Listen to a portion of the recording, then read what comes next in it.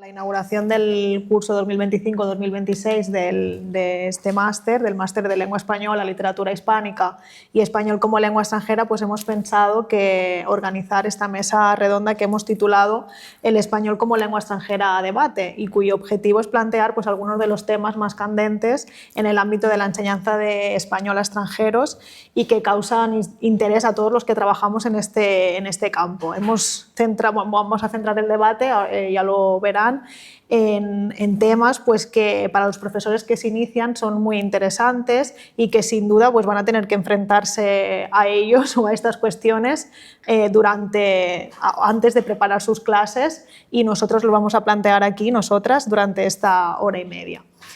Nos acompañan hoy en esta mesa redonda 3 personas que conocen muy bien el ámbito del ELE y que son las personas que van a iniciar el debate, y al final de la sesión hemos pensado que dar la palabra a vosotros, los estudiantes, para que la discusión pues, pueda ser abierta a todo el público.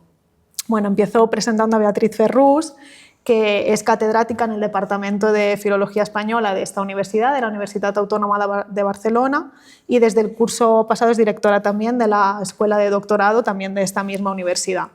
Es profesora, como sabéis bien, del máster que hoy se inaugura, y ha participado como formadora de profesores en algunos de los cursos organizados por el Instituto Cervantes, especialmente con asignaturas y módulos que están centrados en esta relación de la literatura y el español como lengua extranjera y cómo llevar la literatura al aula de él. Dirige, junto con Dolors Poch, la revista Doble L, de la que antes hablaba la profesora Clavería, y es una publicación precisamente que emerge de este máster y donde se recogen pues, estudios interesantes que tratan de ofrecer una respuesta a los desafíos que supone enseñar español a estudiantes de todo el mundo. También, junto con Dolors Poch, pues en el año 2014 coordinó el libro El español entre dos mundos, estudios de L en lengua y literatura, y es un volumen en el que se reflexiona sobre algunas de las prácticas docentes desde diferentes perspectivas, enfocadas también en este ámbito del español como lengua extranjera, que es el que hoy nos ocupa. Continúo con la profesora Lourdes Miquel, que es catedrática de español para extranjeros en la Escuela Oficial de Idiomas. Es formadora también de profesores en distintas instituciones españolas y extranjeras.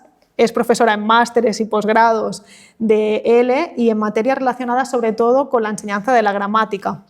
En su vertiente profesional, y esto es algo que también a los estudiantes suele causarle mucho interés, colabora con varias ONG relacionadas con la enseñanza a inmigrantes, y de hecho algunos de sus trabajos son en esta línea, ¿no? Ha publicado estudios en los que se reflexiona sobre cómo enseñar en este contexto y a este tipo de alumnos en particular. Es autora de manuales de L, de materiales complementarios, de distintas colecciones de lecturas graduadas para los estudiantes de español como lengua extranjera, y sobre todo, bueno, y una de las cosas que me parecen muy interesantes es coautora de la gramática básica del estudiante del español, que todos utilizamos en nuestras clases y que es la única gramática de L de base cognitiva en el mercado, o sea que es algo que hay que destacar. Ha publicado numerosos artículos sobre la enseñanza y la práctica de la gramática, sobre todo en el marco de la lingüística cognitiva. Cuando tengáis la oportunidad de hacer las clases con ella ya lo veréis, que lo traerá a clase. Y muchos artículos que son útiles sobre todo porque se enfrentan a una de las preocupaciones que a los profesores tenemos, que es intenta buscar soluciones a esta brecha que suele existir entre la teoría y luego su aplicación en el aula, ¿no? Y por este sentido son muy útiles para todos los docentes. Y por último, la profesora Dolors Poch, que como comentaba la profesora Clavería, es profesora honoraria de esta universidad. Ha sido la directora de este máster desde el curso 2011-2012, y también es profesora en diversos másteres especializados de español como lengua extranjera, y ha participado en numerosos cursos de formación para profesores organizados por el Instituto Cervantes, especialmente en asignaturas que se centran en la pronunciación, en la adquisición de la pronunciación y la enseñanza de la pronunciación y en la lengua oral. De hecho, en su vertiente investigadora como fonetista se ha interesado por la adquisición de la pronunciación del español y ha dirigido numerosos TFGs, el mío entre ellos, TCMs y tesis sobre la competencia fónica. También ha publicado artículos y capítulos de libro donde se aborda este tema desde distintas perspectivas y de lectura obligatoria, ya lo comenté en clase, pero lo vuelvo a repetir aquí, es por ejemplo su capítulo Los contenidos fonético-fonológicos en el conocido Vademecum para la formación de profesores. Una de sus investigaciones más recientes, titulada Variación fonética y enseñanza del español, en la que se reflexiona sobre todo cómo se puede integrar la variación fonética propia del español en el marco de la enseñanza para extranjeros. Agradecemos a las 3 profesoras que hayan aceptado estar aquí a las 3:30 de la tarde de un lunes, como comentábamos antes, y empezamos el debate. Pues si me permiten, voy a empezar con algunos temas para debatir y haremos esta dinámica y al final será cuando abriremos el debate.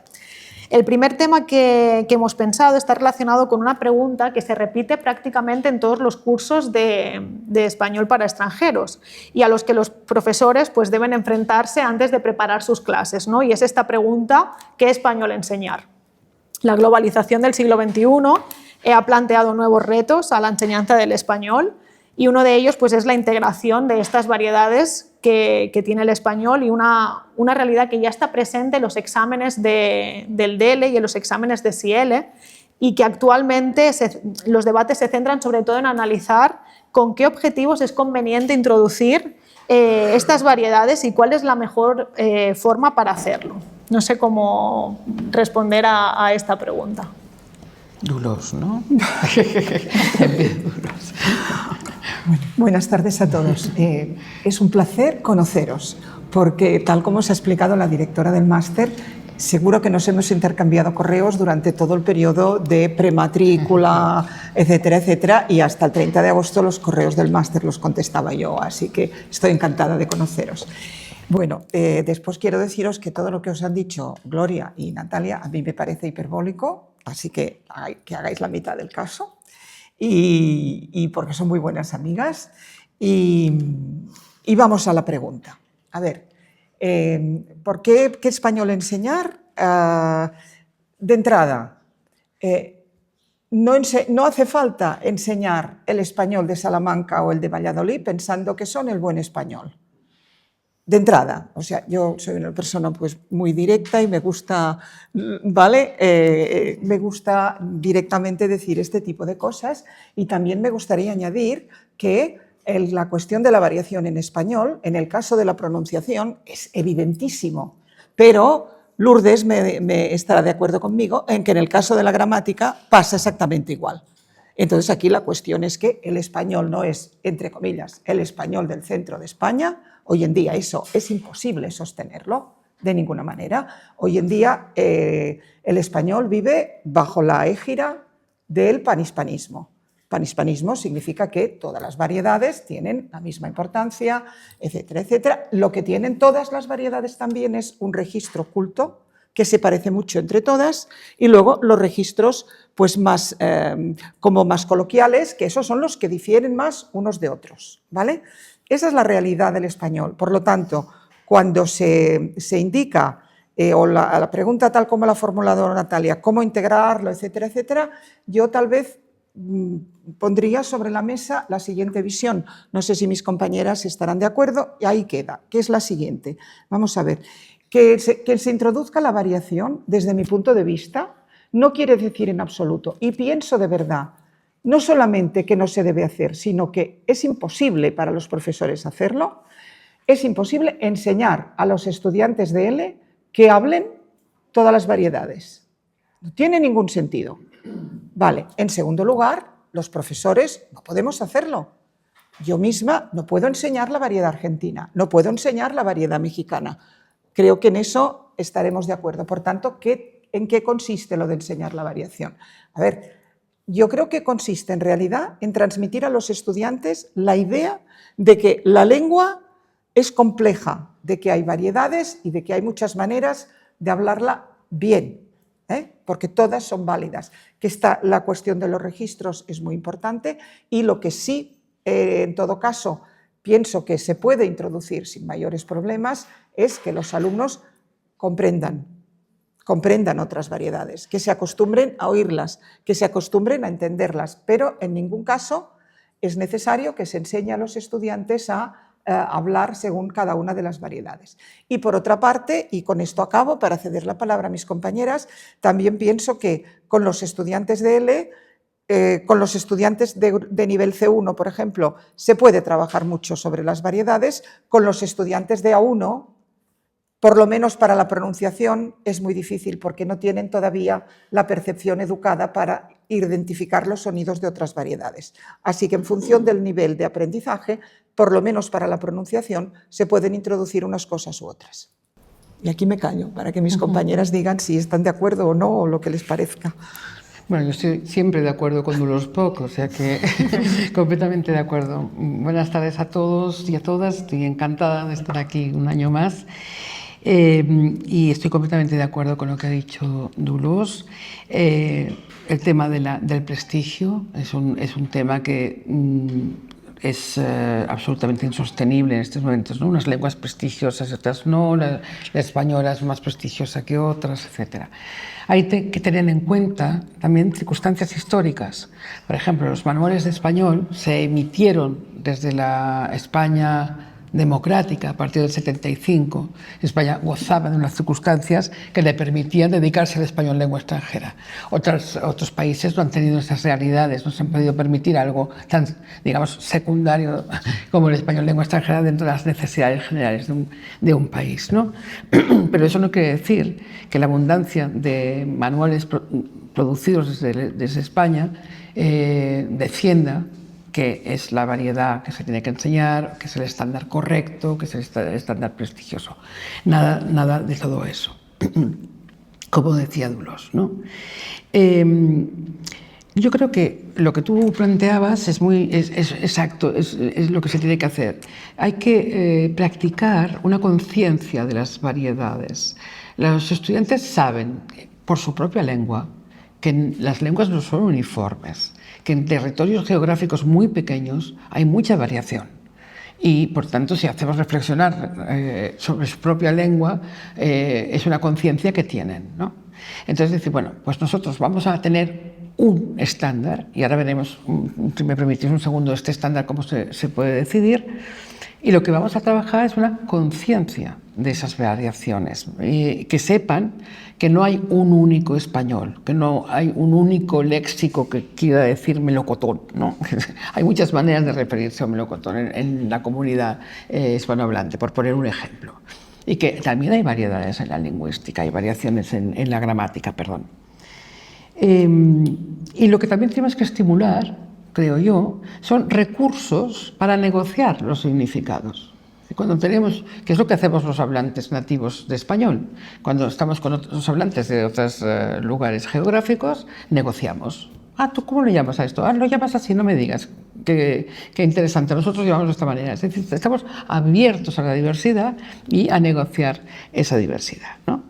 Pero claro, los estudiantes tienen que aprender un estándar, tienen que aprender una lengua, porque lo que no podemos hacer es un conglomerado de lenguas o de variaciones en la lengua.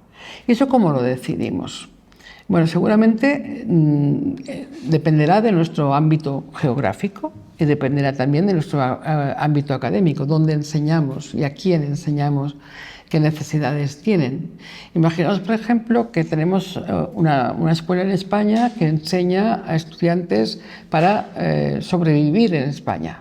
Pues está clarísimo que no hay ni que cuestionarse más que el hecho de ir integrando nociones, variaciones y variedades para que tengan esa conciencia. Pero imaginar que enseñamos en España a personas que quieren trabajar en Buenos Aires. Entonces allí tenemos que plantearnos un estándar distinto y tendremos que ver esas necesidades, nos van a hacer reflexionar de manera distinta, a poner inputs distintos, etc. Por tanto, el lugar, la institución y las necesidades van a ser tres elementos que van a tener importancia a la hora de decidir. Y una cosa muy importante, con esto acabo, si me permitís, es el profesor, ¿no? Hay profesores latinos en España, hispanos, hispanohablantes en España, que se han corregido su variedad, que han intentado españolizarse, por ejemplo, ¿no? como es la idea del prestigio, ¿no? Eso no debe pasar nunca. Cada profesor tiene que mantener su propia variedad. Y en todo caso eso es riqueza. Es decir, hay un manual, por ejemplo, que tiene un estándar de lengua peninsular y un profesor que habla de otra manera. ¿Habrá contradicciones en algún momento? Sí. Pero también os aseguro que es tener mucha confianza pensar que porque el profesor habla de una determinada manera, los estudiantes aprenden automáticamente esa manera de hablar, ¿no? Entonces habrá que negociar cosas en la clase, habrá que explicar, habrá que decir, pero lo que no es aceptable es que los profesores se corrijan, ¿no? Y como decía Dolors, las variedades en A1 o las variaciones en A1 realmente se puede hacer a nivel léxico. Es divertido hacerlo a nivel léxico, ¿no? Esto se llama, ¿cómo se llama allí? ¿Cómo se llama aquí? Etcétera. Muy poquito, nunca de una manera filológica, sino de una manera más bien para abrir puertas a la diversidad y irlas aumentando a medida que el nivel de los estudiantes aumenta. Por tanto, un lugar donde habrá mucho más trabajo será, como decía Dolors, el C1. Pero no las vamos a desatender en ningún momento. Y luego hay otra cosa que es muy peligrosa, que es en este juego de conciencia de la variación, muchas veces los manuales hacen como toquecillos, ¿no?, de variaciones, etcétera, pero muchas veces son muy estereotípicas. Hay mucho estereotipo y esto también es muy peligroso, porque entonces todos los venezolanos acaban diciendo chévere continuamente y a lo mejor no todos lo dicen, ¿no? Entonces hay que ser nosotros como personas que vamos a tener que elegir manuales muy sensibles a este tema para elegir aquellos que no desprecian o estereotipan el tema de la variedad.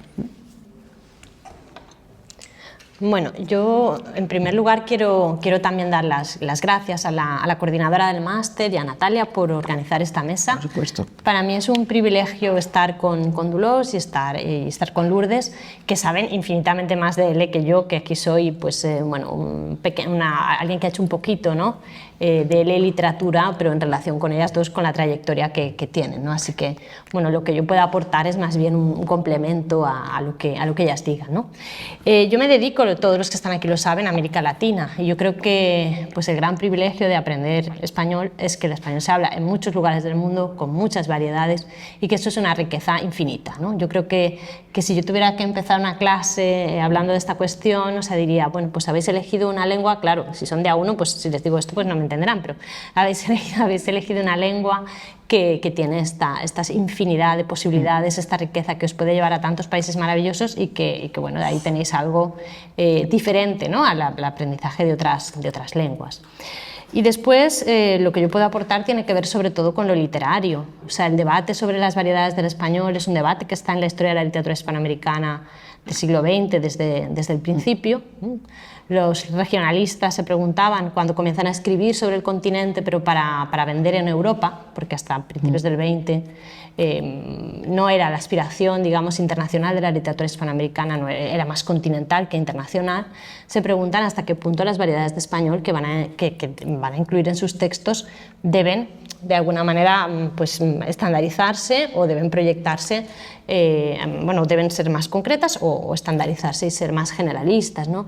Este es bueno, pues un debate incluso literario, ¿no? Y bueno, coincido plenamente con lo que decían mis compañeras, ¿no? Tú puedes enseñar la variedad que hablas. Yo que tengo una gran cantidad, yo me contamino enseguida, o sea, sobre todo cuando hablo con los chilenos, comienzo a whatsappear en chileno, que me dice Fernanda Bustamante, que es profesora de esta clase, a nivel léxico, e incluso a veces enseguida me cambio de variedad, pero yo no podría enseñar una variedad que no es la mía, podría enseñar algunas pinceladas. Creo que el contexto, obviamente, donde uno estudia, y esto os lo he dicho muchas veces en clase, no es lo mismo estudiar literatura hispanoamericana aquí que estudiarla en Argentina, que hay gente que la estudia allí, que estudiarla en Chile, ¿no?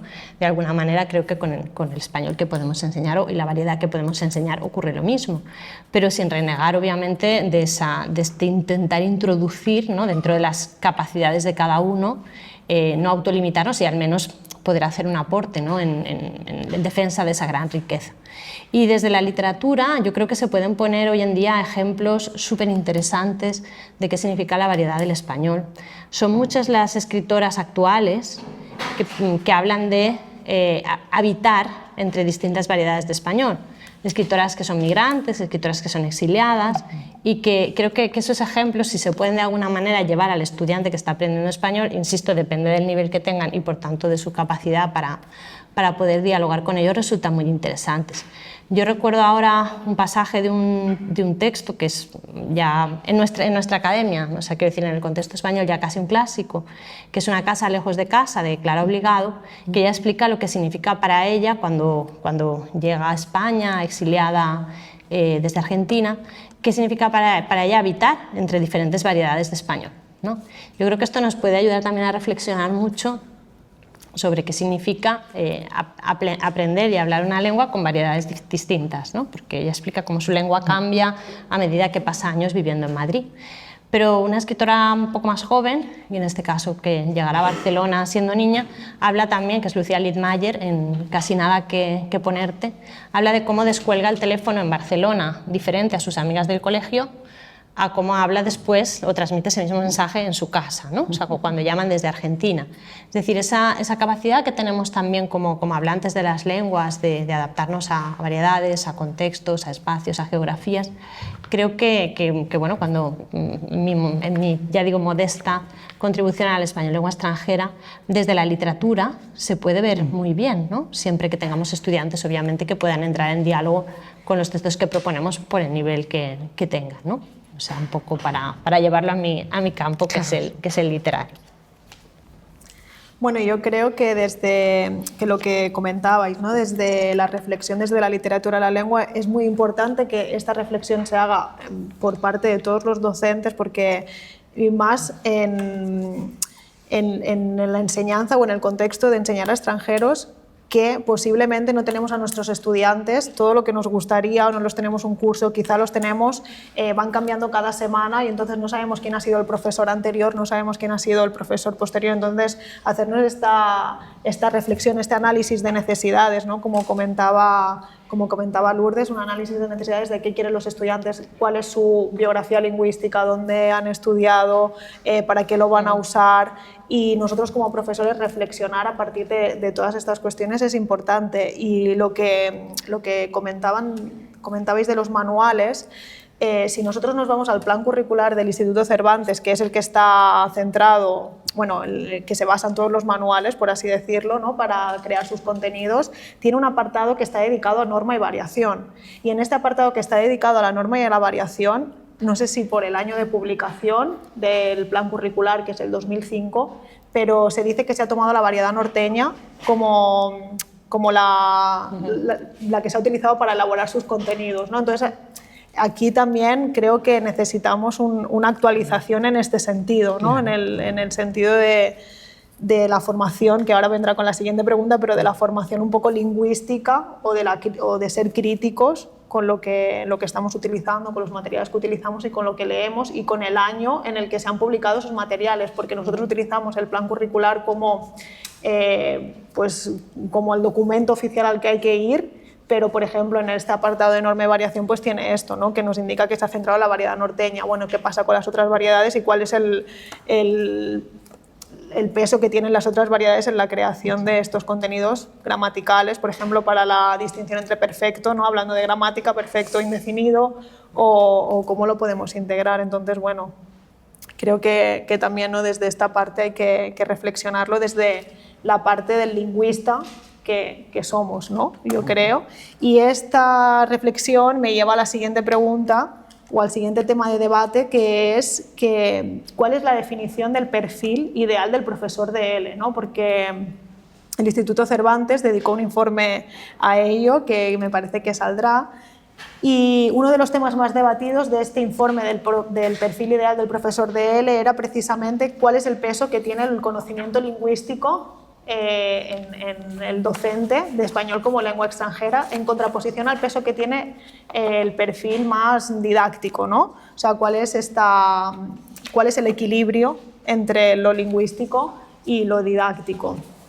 Y no sé cómo veis esta cuestión del perfil del profesor, cuál es el perfil lingüístico de los profesores. Aquí voy a empezar yo. Yo iba a decir que hable Lourdes, porque ella empezó con esto de la formación de profesores, comenzó antes que yo, además. Así que te toca. Sobre todo porque, a ver, me parece una dualidad falsa. Es decir, profesor metodológico, profesor lingüista. Pero a ver, vamos a ver, ¿qué estamos enseñando? Estamos enseñando lengua. Yo a un médico le pido que sepa medicina, no le pido que haga virguerías en el laboratorio. Si me tengo que operar, que me opere bien, ¿no? que sepa cómo operarme. Entonces, me parece un dilema absolutamente falso.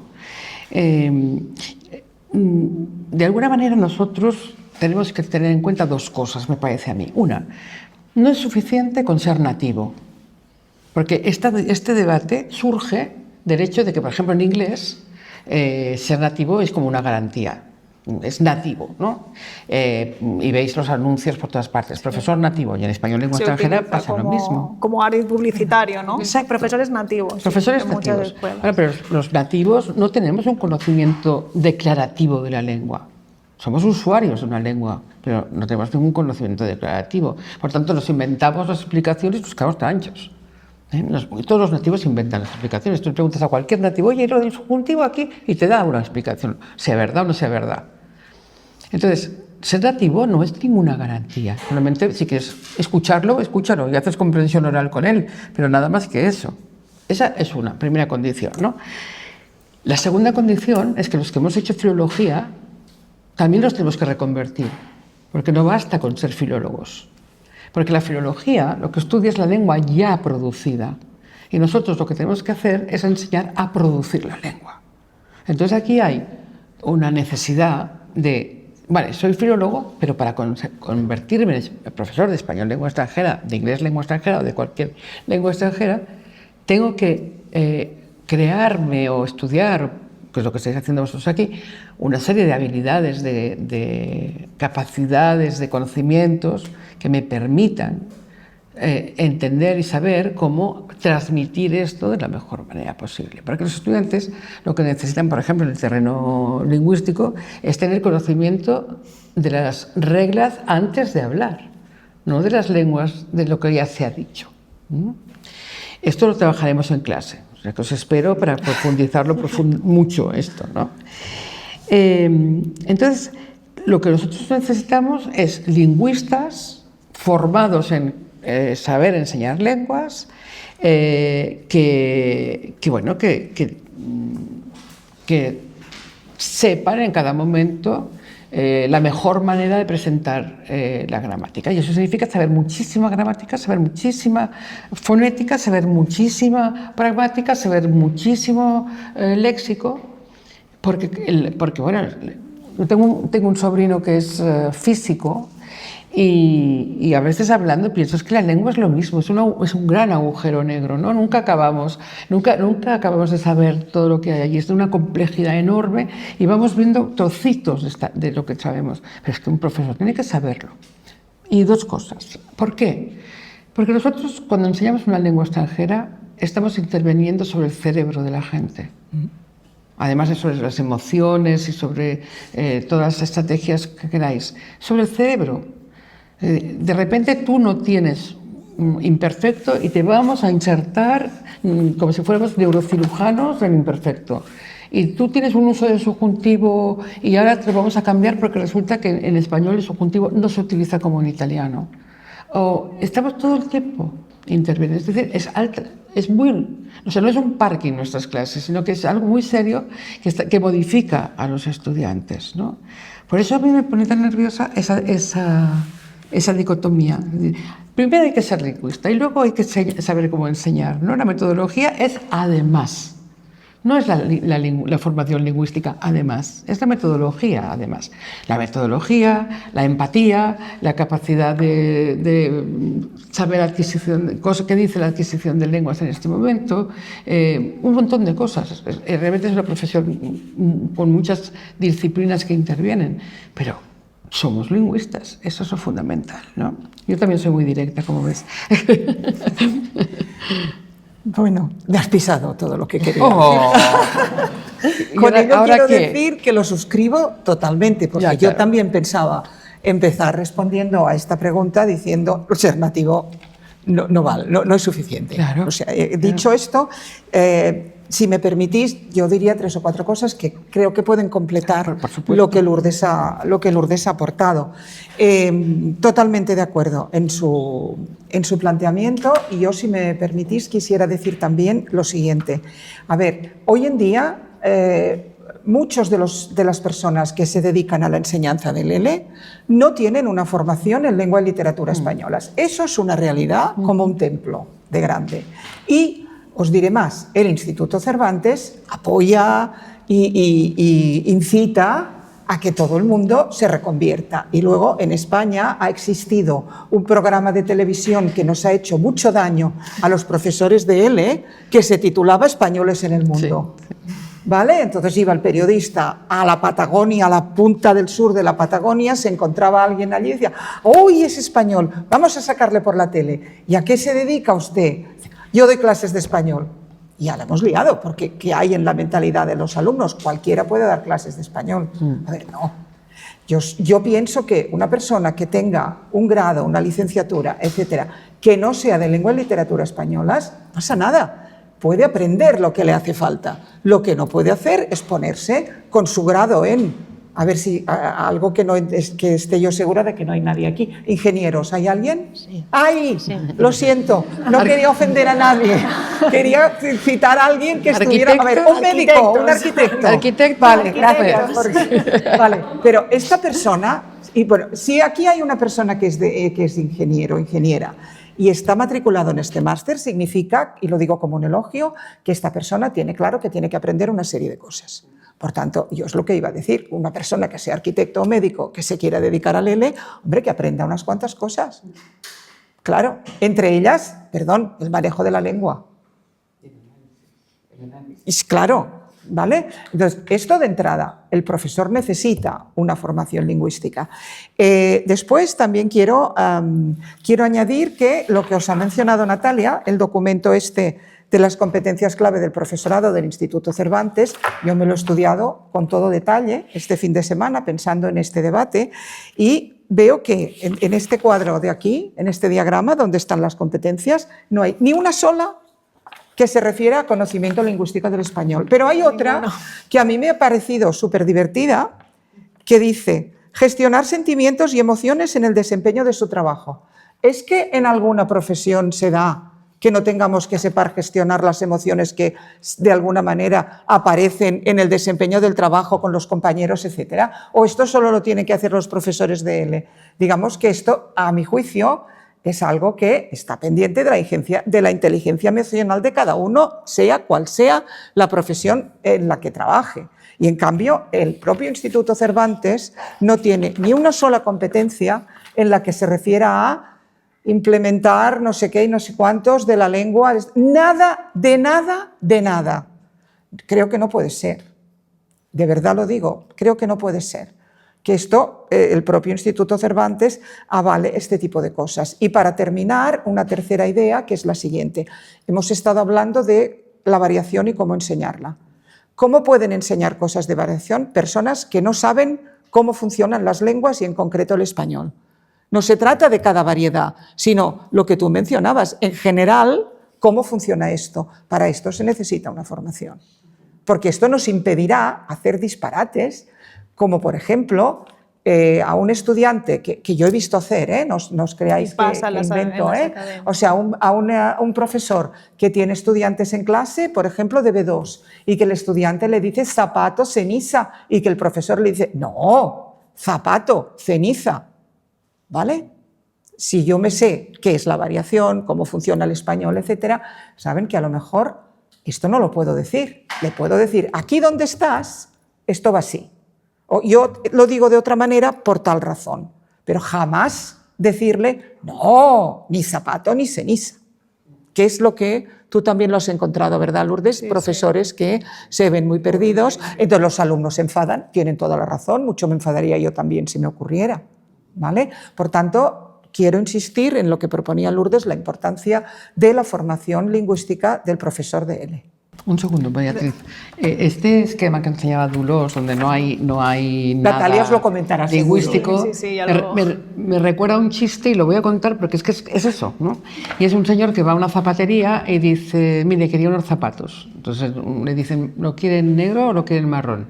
Y dice, pues no sé, negro. Entonces, pase por allí, por favor.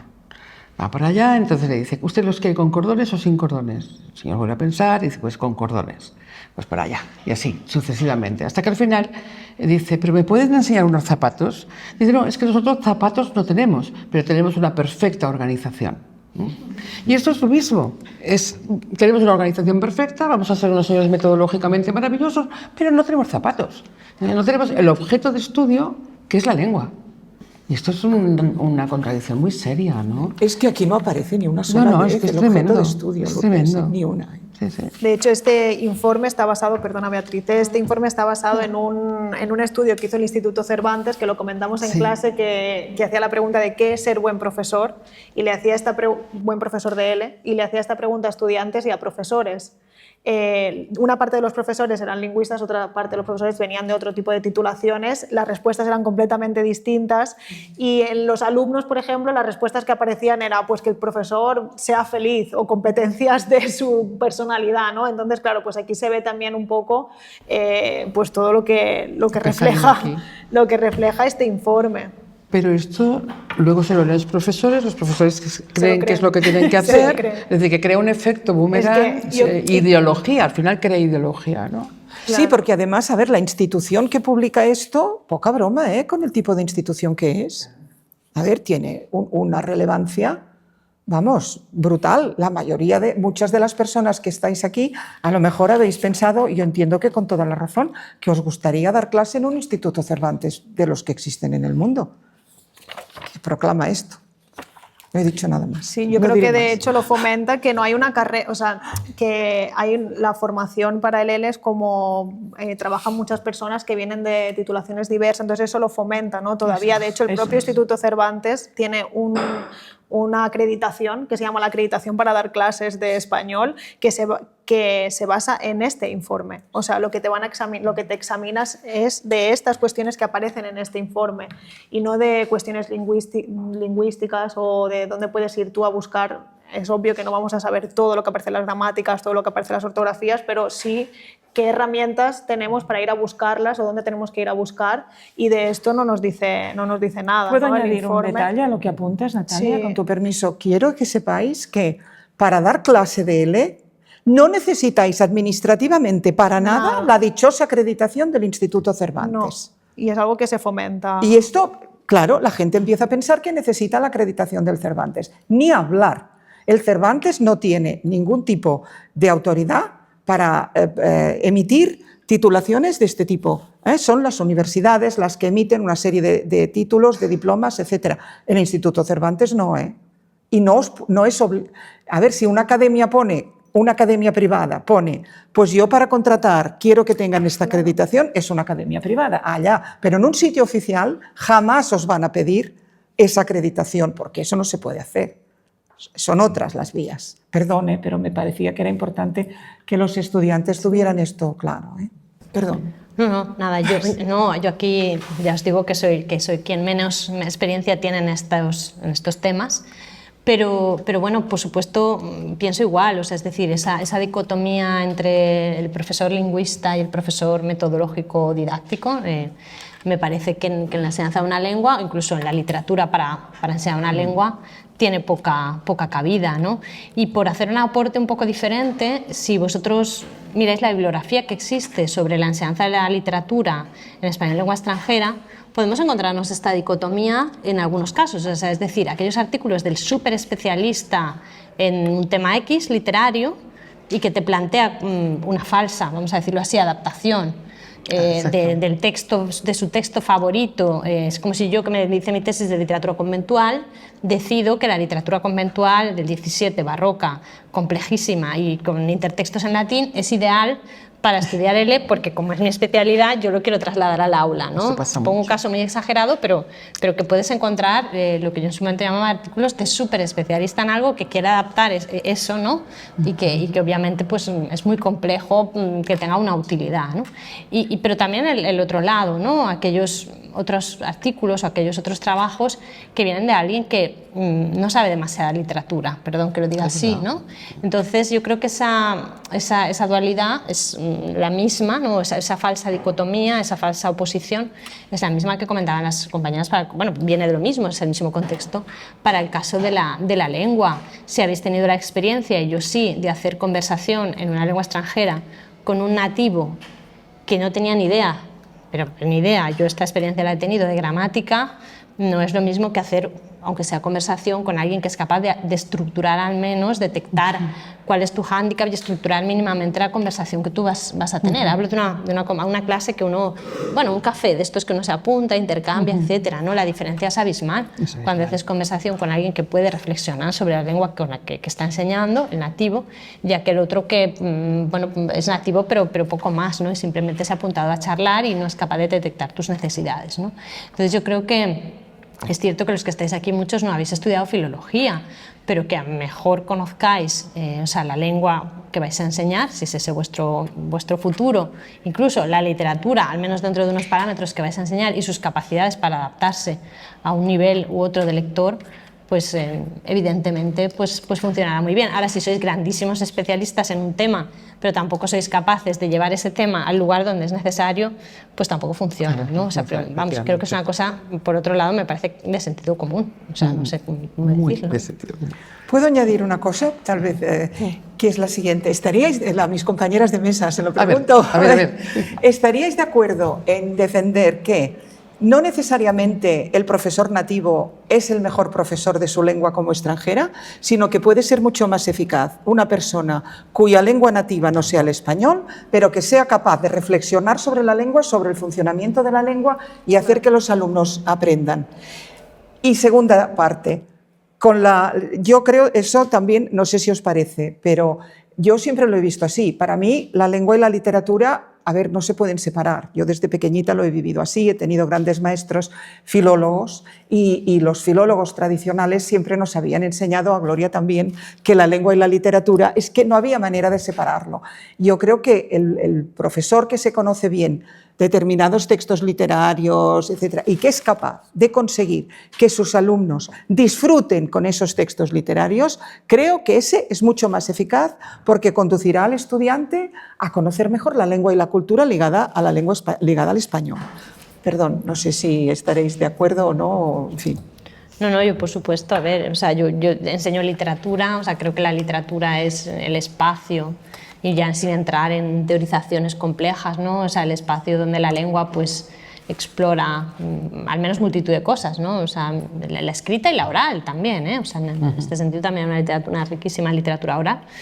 Y bueno, por supuesto, ¿no? Yo creo que es un espacio pues, de reflexión sobre el lenguaje, de goce del lenguaje, si nos aventuráramos en estas teorías, depende, ¿no? Las hay de mucho signo, pero bueno, yo creo que la realidad, tal y como se enseña a día de hoy los idiomas, no solamente el español, sino en muchos...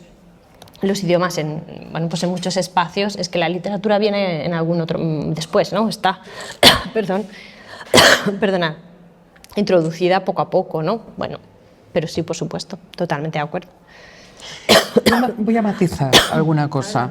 A ver, la primera pregunta que ha hecho Dolors es, ¿una persona no nativa con un buen nivel de español puede ser mejor profesor que un nativo que no ha reflexionado? La respuesta es sí, porque esta persona ha pasado por un proceso de reflexión sobre la lengua que le permite ponerse, o sea, primero tener la capacidad de reflexión, ¿no? Es decir, ha reflexionado y puede transmitir esa reflexión, pero por otra parte también puede ponerse en el lugar de los otros, cosa que un nativo no se pone, porque bueno, es evidente, ¿no?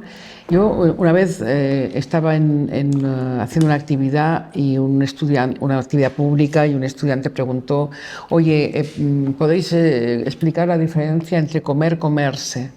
Que es muy compleja y que la haremos en clase, ¿no?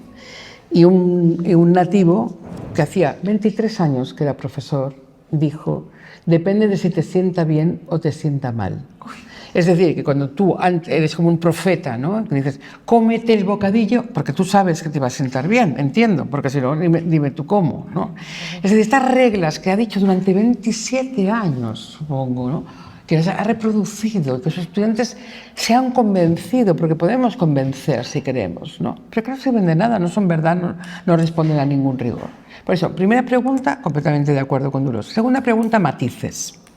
Yo en la Escuela de Idiomas tengo un público intercultural, pero también con edades distintas, procedencias culturales distintas, procedencias intelectuales distintas, etc. Y con los inmigrantes he trabajado con mujeres analfabetas. Entonces, por tanto, no voy a hablar de literatura con las mujeres analfabetas.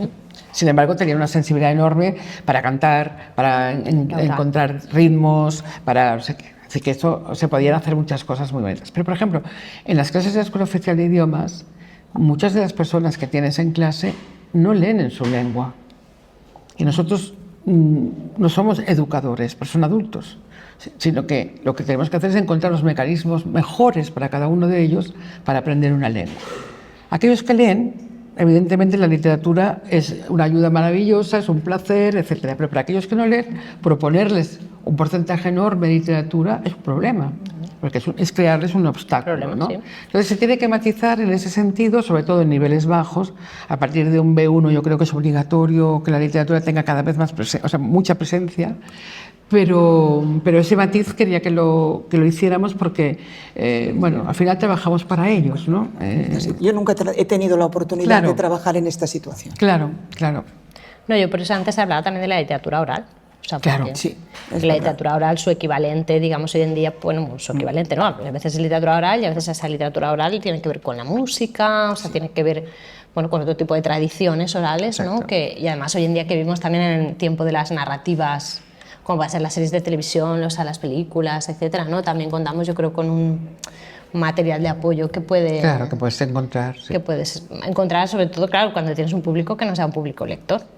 Y que a lo mejor si ya te cuesta aprender una lengua y además de alguna manera impones un tipo de lectura, quizá haya que llegar a ello más tarde, ¿no? Yo en eso coincido. Y en lo que decía del profesor no nativo, bueno, yo trabajo habitualmente con una persona para corregir libros y revistas, que es italiana y corrige infinitamente mejor que yo, que soy nativa.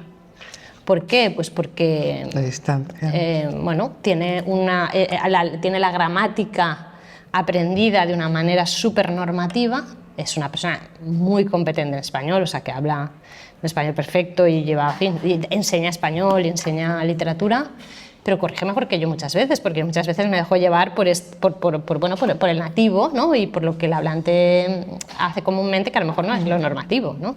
Entonces eso también estoy de acuerdo en que a veces pues también hay profesores que no importa tanto que sean o no nativos, sobre todo en determinados momentos de tu aprendizaje de una lengua, y yo también lo vuelvo a decir por experiencia, yo a veces he aprendido mucho más inglés con profesores que no eran nativos que cuando quería hacer conversación con nativos que no tenían ni idea de gramática y que al final ni yo sabía suficiente para poder conversar a nivel nativo, ni ellos eran capaces de guiarme a mí a una conversación que a mí me fuera productiva, por supuesto. Yo creo que depende de la competencia del profesor. Sí, un matiz solo, el profesor no nativo que enseña español, y esto es una realidad, ¿no? En todos los países, en Francia, en Italia, en Alemania, en China, en Japón, todos los profesores fundamentalmente son no nativos que han aprendido. Pero tienen muchos materiales, es decir, ellos no son fundamentales para la lengua en sí, son fundamentales para la gestión de la lengua, la mediación entre la lengua y los estudiantes, ¿no? Entonces, tienen vídeos, tienen miles de recursos tecnológicos para poder poner a los estudiantes con inputs que sean inputs que no tengan ningún acento extranjero, quiero decir, ¿no? Por tanto, a mí no me parece en ese sentido ningún problema. Me parece mucho mayor problema que el Cervantes tenga prácticamente la mitad o más de su plantilla de personas nativas no especializadas. Eso me parece mucho más triste y peligroso. Sí. De hecho, es importante transmitir esta idea porque muchos de los estudiantes o del máster o estudiantes que vienen de Erasmus, ¿no?, de otras universidades, preguntan, bueno, pero yo podré trabajar de profesor de español si soy italiano, francés, etcétera. Pues es importante transmitir esta idea. Y en relación a lo que comentabais de la literatura, también está bien, bueno, para los estudiantes, o cuando se puede plantear en la clase, para el tema de la variación, que es lo que comentábamos, y esto Dolors Bock lo trata muy bien en su artículo que comentaba de la variación, ¿no? Y lo cita muy bien, que dice, bueno, con niveles ya altos, niveles de C1, C2, Dolors, creo que esto mejor lo puedes contar tú, ¿no? Porque es de tu pero artículo. del ámbito de la fonética. Bueno, pero también está relacionado con lo que decíamos. el DVD? Les he enseñado el artículo, claro, exacto, sí, sí. Porque están ahí los materiales sobre... Si se lo quieres pasar, adelante. Sí, si no sí. lo tienes en USB, yo te lo No, paso. eso no se lo he pasado, eso sí Bueno, que no, si pero eso, sí que lo he enseñado. no hay problema, de verdad, ¿eh? No hay problema, Sí. lo podemos hacer. No, bueno, a ver, la idea es que, por lo menos en el ámbito de la fonética, ahí, que es donde yo trabajo. Luego, en el ámbito de la gramática, seguro que Lourdes os lo puede... Pero en el ámbito de la fonética, donde la pronunciación empieza entrando por el oído. Es decir, si tú no oyes la diferencia entre L y R, si tú no puedes diferenciar cuando un nativo dice pelo y cuando un nativo dice perro, a base de escucha, escucha, escucha, no lo van a pronunciar jamás. Jamás. No significa que estos alumnos no se dan cuenta de esta diferencia. Si no se dan cuenta de esta diferencia, que es fonológica, bla, bla, bla, bla, resulta que, ¿cómo se van a dar cuenta de diferentes acentos en español? No tienen la percepción educada para esto, ¿vale? Por tanto, la idea es que en el nivel A1 el profesor se ocupa de las cuestiones de inteligibilidad, etcétera, de manera que el alumno comprenda y pueda reproducir de una manera lo más cercana posible a un nativo los sonidos del español, y luego poco a poco le puedas ir introduciendo variaciones para que vea lo que hay. Además de lo que yo he aprendido, se puede decir así, se puede decir asá, etcétera, etcétera. Y un poco en la línea lo que os decía Lourdes, en la fonética es cada vez pues un poquito más complejo, porque les puedo enseñar, pues yo qué sé, cómo se habla en Colombia, cómo se habla en México, hay material para esto. Ahora Natalia y yo estábamos hablando de este material, sobre el cual se pueden preparar actividades y sirve para esto. Y yo pienso, y Lourdes que me corrija, que en el caso de la gramática y el léxico puedes trabajar de una manera parecida, ¿no? Sí, sí, Así que si quieres continuar. No, es la misma idea en realidad, o sea que no... de hecho, cuando estábamos hablando del estándar, ¿no? Pues los estudiantes les vamos a enseñar una gramática estándar, pero cuando llegamos a ciertos temas, por ejemplo, los pronombres personales en A1 no lo vamos a trabajar, pero sí que en un B1 vamos a reflexionar sobre los pronombres personales. No son solamente los de España, vamos a tener que hablar del vos, por ejemplo, y vamos a tener que hablar de la ausencia de vosotros en prácticamente toda Latinoamérica. O sea que vamos a ir matizando y vamos a ir viendo y vamos a poner textos auditivos, de comprensión oral, etcétera, que vayan tomando conciencia de todo esto. Y en relación con la literatura, lo que decía, que uno de los ejemplos que me gusta mucho es que, claro, nosotros, lo que decía en el artículo es que nosotros leemos en nuestra variedad, ¿no? Entonces luego cuando lo ponemos en contraste, si ponemos textos de autores latinoamericanos, por ejemplo, ¿no? Y lo ponemos en contraste, esto es de Dolors, pero que me gustaba mucho porque está muy bien para trabajarlo con Bueno, C1. yo le conté a Natalia le gusta, porque me parece que lo apunté también en ese artículo, pero la historia viene de una conversación más larga. Yo le conté una vez a Natalia que yo, naturalmente, como todo el mundo, por mi generación, yo me leí 100 años de soledad cuando apareció, en el año 60 y pocos, ¿no? Yo ya leía literatura entonces, yo soy muy mayor. Y entonces yo, claro, me leía, y en mi cabeza, en mi lectura mental, ¿con qué pronunciación iba yo a leer aquello? Con la mía. Y entonces, al cabo de un año o dos, escuché una entrevista donde hablaba García Márquez. Menos mal que estaba sentada en una silla, ¿eh? Porque aquello era otro mundo, era otra lengua, era otra novela. Solo oyéndole hablar. A él, el ritmo, el léxico, o sea, yo leía Durazno. Claro, él no lo decía así, decía Durazno, yo qué sé. Y era otro mundo. Y entonces creo que eso es muy importante y sensibilizar a los estudiantes a esto creo que es muy importante. Me corregirá Beatriz, pero yo pienso que la literatura producida por autores latinoamericanos tiene que sonarle diferente a una persona de Latinoamérica que tiene unas características de pronunciación, etcétera, determinadas, y a una persona como yo que lo leo en mi mente con mi pronunciación peninsular, por fuerza. Sí, sí, no, claro, nosotros leemos aquello, o sea, leemos como estamos en nuestra variedad también, claro, internamente. Yo creo que aquí hay una herramienta muy útil, lo que pasa que no siempre está disponible, que es que cojamos una serie y la pongamos doblada en variedades de español diferentes. Sí. Porque lo que pasa es que no todas ellas o no todas las que tenemos acceso lo están, ¿no? Pero yo creo que esto también es una experiencia incluso chocante, que nos da cuenta hasta qué punto nosotros leemos y miramos en nuestra variedad.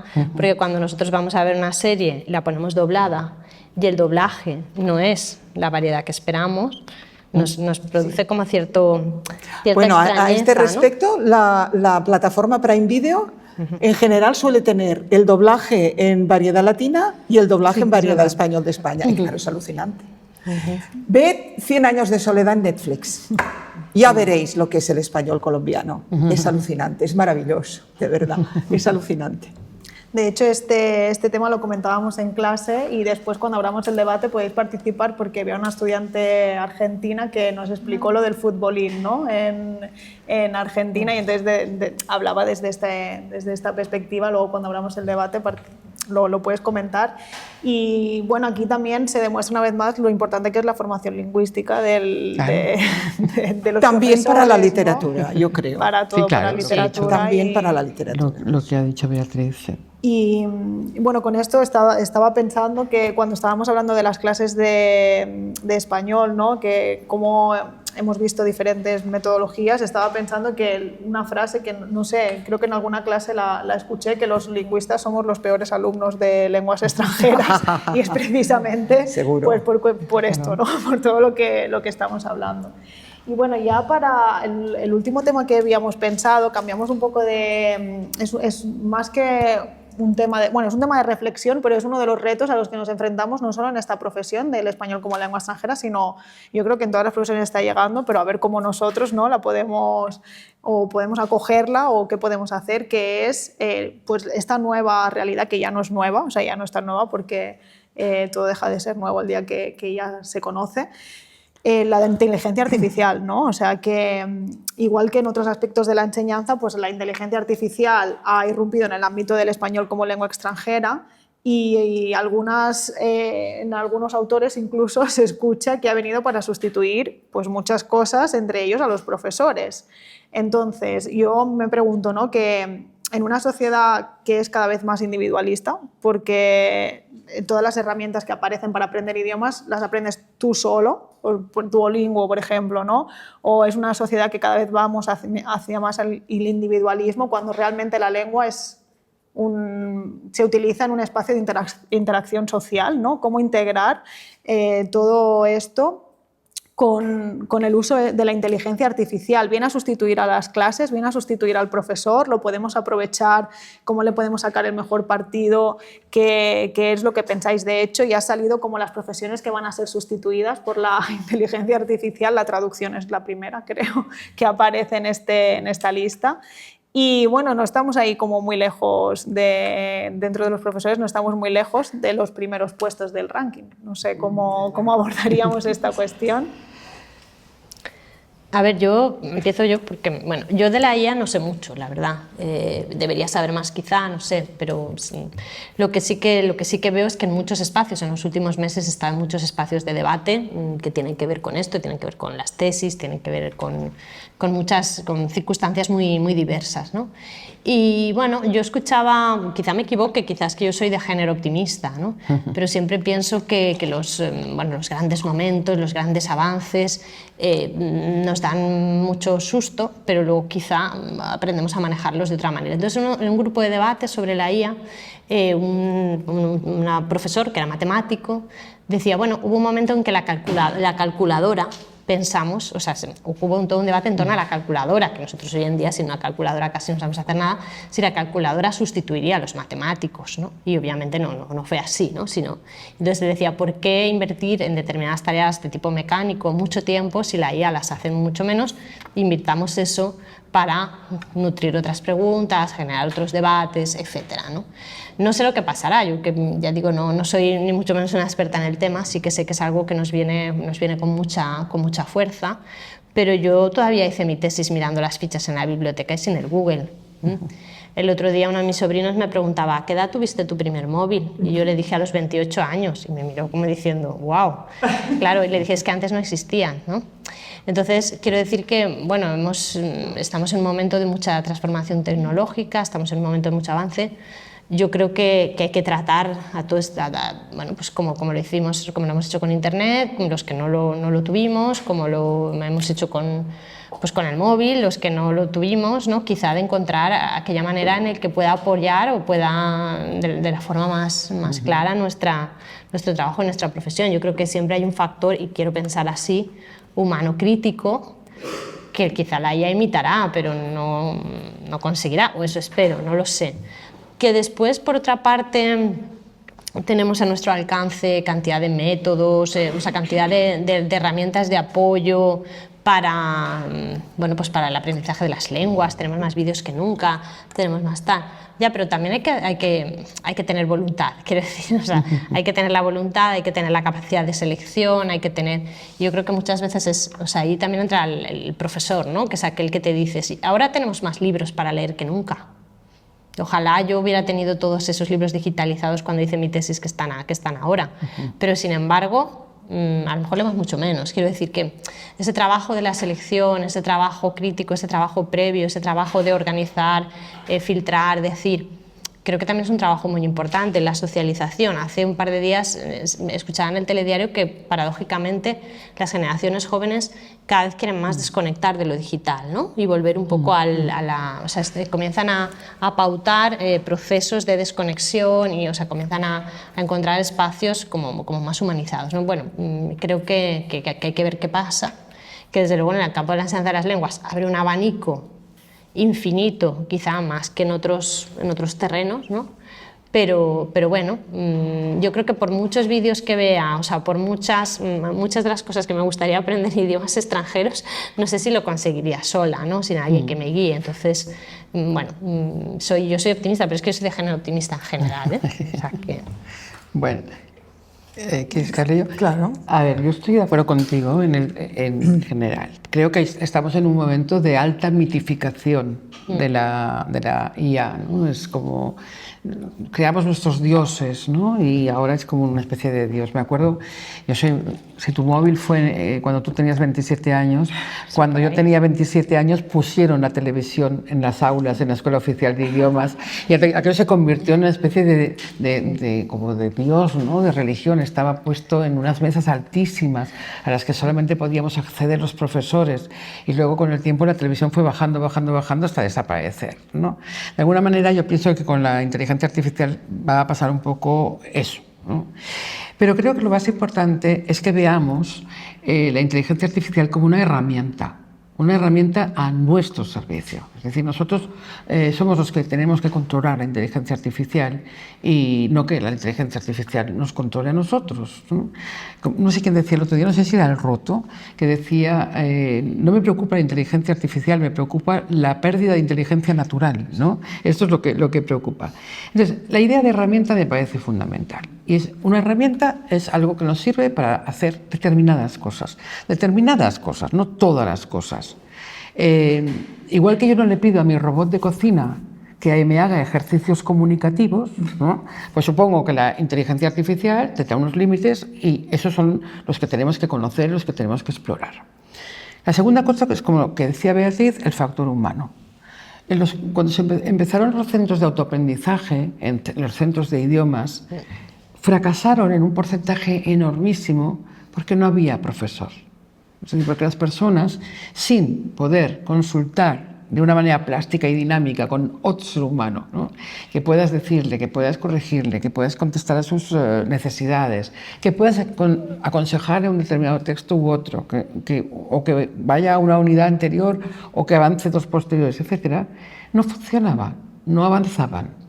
En Duolingo tienes la sensación de que avanzas porque pasas pantallitas, pero luego, como decías tú, Natalia, cuando te intentas relacionar dices, pero bueno, ¿esto qué? De hecho, en internet lo sabréis, hay un meme, ¿no?, que dice si fuese, o sea, si me interaccionase en el país al que voy con lo que he aprendido en Duolingo. ¿Qué pasaría? Podría, qué bueno. No podría decir nada, ¿no?, porque solo sabe como palabras sueltas, pero le falta el engranaje de ese léxico que ha aprendido la armazón, ¿no?, de lo que es, y sobre todo la interacción social, que es lo que decía, que al final fundamentalmente el lenguaje necesita de interacción social. Entonces... Luego hay otro problema, bueno, para acabar con el factor humano, yo creo que el profesor con la inteligencia artificial puede ver, bueno, pues puede producir ciertos ejercicios, puede corregir textos, a lo mejor. Ya veremos, pero habrá que supervisar, porque ya veremos cómo corrige la inteligencia artificial, ¿no? Habrá que entrenarla, habrá que enseñarle. Y luego la otra cosa también es que la inteligencia artificial no es inteligencia. Hemos puesto este nombre y nos está empezando a convencer, ¿no? Las palabras convencen. Al final, la inteligencia artificial se alimenta de datos. Y lo que puede pasar es que si le decimos a la inteligencia artificial que nos haga ejercicios, por ejemplo, ejercicios de gramática, ¿qué pasará? Bueno, pues en Internet hay muchísimos horribles ejercicios de gramática, estructurales, sin sentido, repetitivos, etc. ¿Qué es más probable que haga la inteligencia artificial si le pedimos un ejercicio? ¿Que lo haga estructural o que lo haga flexible, cognitivo, comunicativo, etc.? Pues estructural, porque su base es esa. Por tanto, sin un profesor que esté al lado diciendo esto no me vale, esto me vale, etc., sin una gestión humana, todo eso no va a funcionar. Y eso creo que es importante. Esta idea de herramienta, y de herramienta que seguramente está sesgada. Os voy a explicar una cosa. Yo hice un curso muy cortito de inteligencia artificial en el Instituto de Humanidades, que fue muy interesante porque eran profesionales de diversas áreas que reflexionaban sobre la inteligencia artificial, ¿no? Y había pues, abogados, médicos. En medicina, por ejemplo, estaban muy satisfechos por la parte más práctica de la inteligencia artificial. Pero, por ejemplo, en derecho y en ética estaban horrorizados. ¿Por qué? Porque el sesgo ético muchas veces no existe. Entonces, la inteligencia artificial se nutre de datos que son, por ejemplo, yo qué sé, pues prima lo económico, ¿no? Entonces decía, un Tesla, un coche que conduce solo, y se le plantea a un Tesla un debate moral típico de la filosofía, que es: tú, conductor, si giras a la derecha vas a atropellar a 4 personas, y tú te salvas; si giras a la izquierda vas a atropellar a 1 y tú mueres. ¿Qué vas, a la derecha o a la izquierda? ¿Qué contesta el Tesla? Donde estén las primas de los seguros más baratas. Oh, ¿en serio? En serio. Eso es... ¿Por qué? Porque los seguros han puesto ahí... claro, el sesgo que tiene la inteligencia artificial es ese, ¿no? Entonces, hay que estar éticamente, didácticamente, lingüísticamente alerta de lo que puede hacer en sus labores de apoyo a nosotros la inteligencia artificial. Y nada más que eso, no quería decir nada más.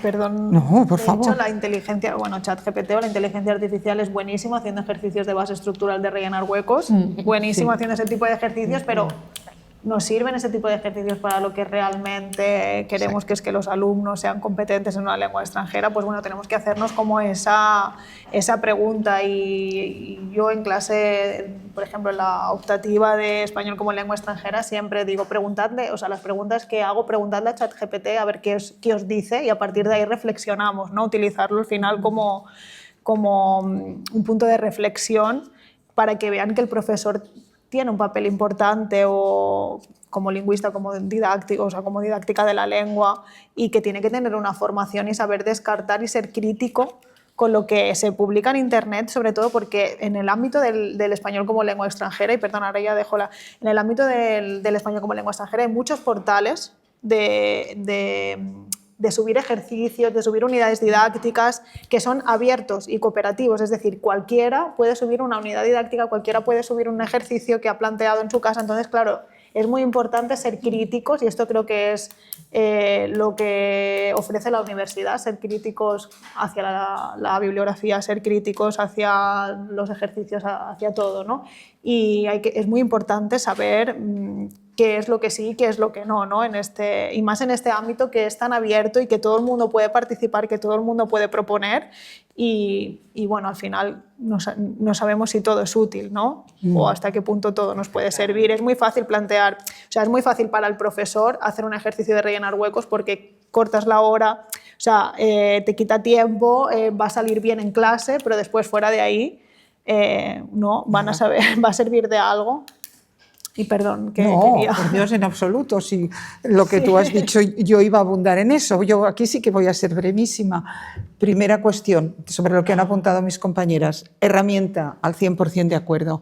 ¿Hay que tenerle miedo? De ninguna manera. A ver, ¿quién nos iba a decir a nosotros cuando Beatriz tenía 28 años y se compró su primer teléfono móvil que no íbamos a poder vivir sin móvil? Y ahora los dominamos como aquel que nada. Y al principio daban miedo porque decías, ay madre, ¿y esto qué? ¿Y esto lo otro? O sea, ni hablar. Nada de rechazar. Eso no.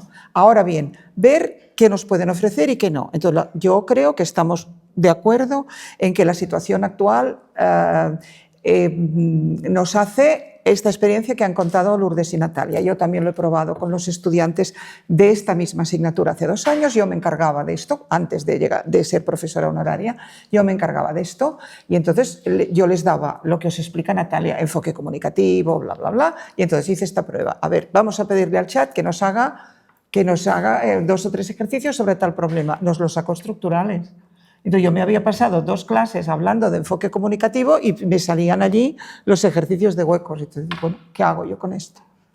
¿Vale? Entonces, de momento, y con esto acabo, la idea sería que, de momento el profesor puede hacer una cosa que de momento estos sistemas no pueden hacer, que es, por ejemplo, doy un ejemplo del ámbito de la pronunciación. Entre pronunciar la y pronunciar ra, hay unas etapas intermedias. Vale, por tanto, si un alumno que está en camino de ra pronuncia algo así como ra, a ese alumno hay que animarle y decirle que va mejor, porque se está acercando a ra. De momento esto, que yo sepa, las inteligencias no pueden. Y eso para la docencia es muy importante. Por eso es darle ánimos al alumno, decirle que se va acercando, que vamos bien, etc. Pero yo no digo que no pueda nunca, ¿eh? Yo digo que ahora mismo no sabe, pero que hay que estar abiertos a lo que pueda hacer. Y esto de que la denominación inteligencia es mala, estoy de acuerdo. Yo, en fin, con la franqueza habitual, finalmente una inteligencia artificial es un ordenador que se desenchufa, punto. Que está lleno de datos, de momento. Pero todo puede ser, todo puede evolucionar, ¿vale? Pero en todo caso mi mensaje es jamás cerrarse a estas nuevas cosas, jamás, jamás. Ver a ver qué nos pueden ofrecer.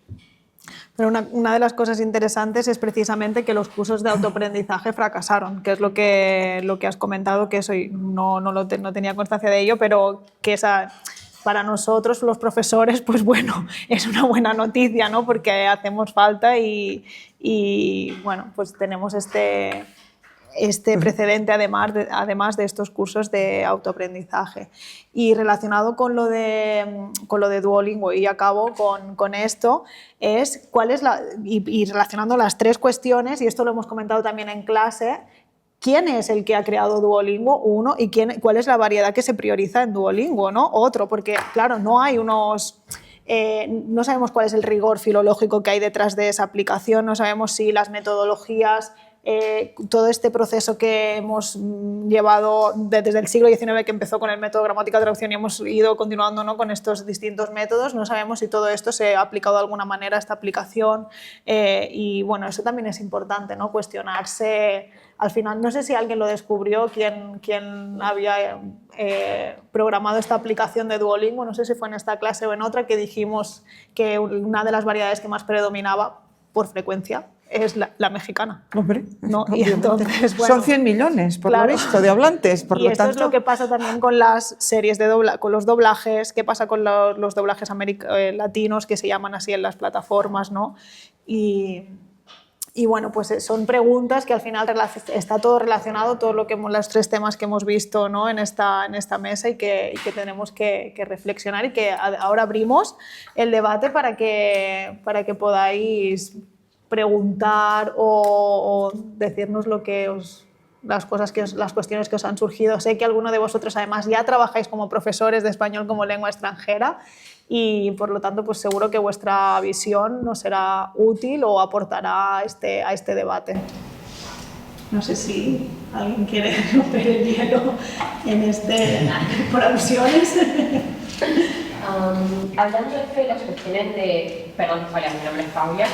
Estas las cuestiones o competencias que tiene que tener un profesor como lengua extranjera, esto que no esté el componente lingüístico es un chiste de entrada, pero creo que también el hecho de que esté esto el componente emocional, administrar las emociones y demás, viene al lado de que está asociado a la docencia, a la escuela, al segundo hogar, a que por lo general es una figura femenina, entonces está como todo el tiempo esa idea de que, bueno, viene el alumno y por más de que obviamente español como lengua extranjera está como, también hay muchos espacios donde aprenden los adultos, siempre está esta idea de constantemente, bueno, tenemos que cuidar al alumno y demás, pero eso aparte.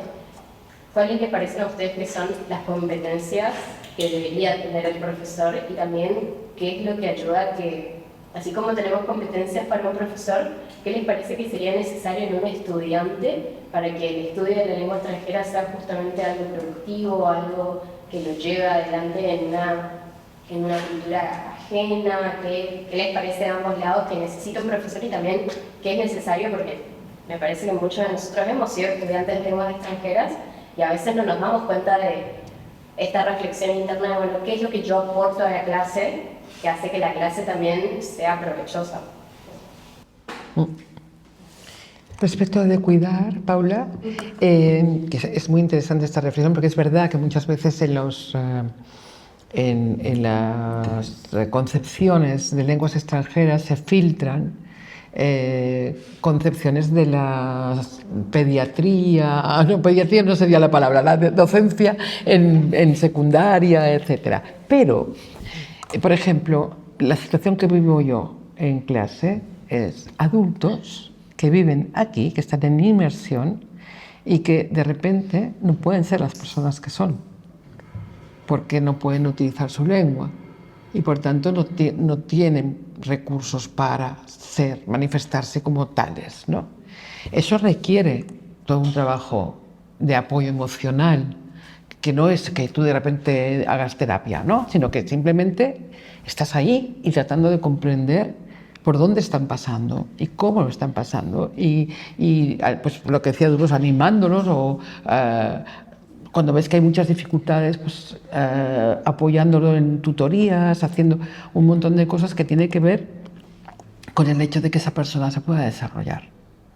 Y ahí sí que no hay influencia de la primaria y secundaria, sino que simplemente esas personas adultas en esta situación, o las inmigrantes, ¿no?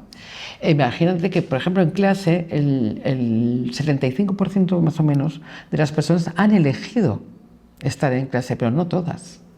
No es lo mismo como tienes que tratar y apoyar a las personas que no lo han elegido que aquellas que lo han elegido. Y también hay muchos temas relacionados con la autoimagen y la enseñanza de idiomas, que tiene que ver un poco con tu segunda pregunta, ¿no? ¿Cómo te sientes tú en la enseñanza de idiomas? Piensas, no, es que yo soy malísimo, o no, yo lo hago fenomenal, o yo no sé qué. Eso determina muchísimo el progreso y el compromiso con la lengua, ¿no? una anécdota, pero que me parece que es bonito, en A1, que casi no pueden hablar porque tienen poquísimos recursos. Yo siempre quería saber qué pensaban del español y de ellos en relación con el español. Y teníamos muy pocos recursos. Entonces, un día se me ocurrió que habíamos hecho el vestuario, y había, lo que es la ropa, etcétera, y habíamos hecho los muebles de la casa. Entonces dije, vale, ¿el español para ti es qué? ¿No? Entonces te decían, zapatillas, decías, fantástico. Si te decían silla incómoda de madera, fatal, ¿no? Y entonces vas viendo cómo se sentían en relación con la lengua. Y eso es muy importante, porque puede ser muy determinante y lo tienes que gestionar en el aula, ¿no?